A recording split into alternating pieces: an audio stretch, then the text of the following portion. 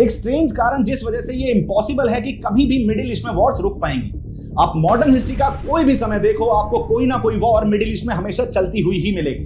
पर ऐसा क्यों? क्या वजह है जो यहाँ के देश हमेशा लड़ते रहते हैं डिस्पाइट यहाँ सबका रिलीजन सेम है?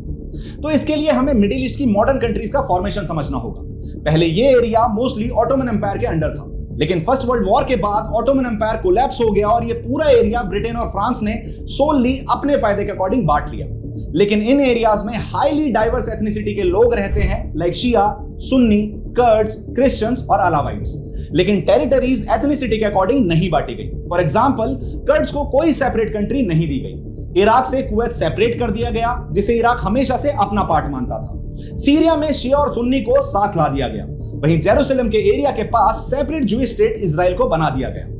ब्रिटिशर्स शायद यही सोच रहे थे कि मिडिल ईस्ट भी इंडिया की तरह इतनी स्टार्क डाइवर्सिटी के बाद भी हैप्पीली रह पाएगा। लेकिन इंडिया के कल्चर और मिडिल ईस्ट के कल्चर में जमीन आसमान का डिफरेंस है, और इसी वजह से मिडिल ईस्ट में इन एथनिसिटीज के बीच पावर के लिए लड़ाइयां शुरू हो गई।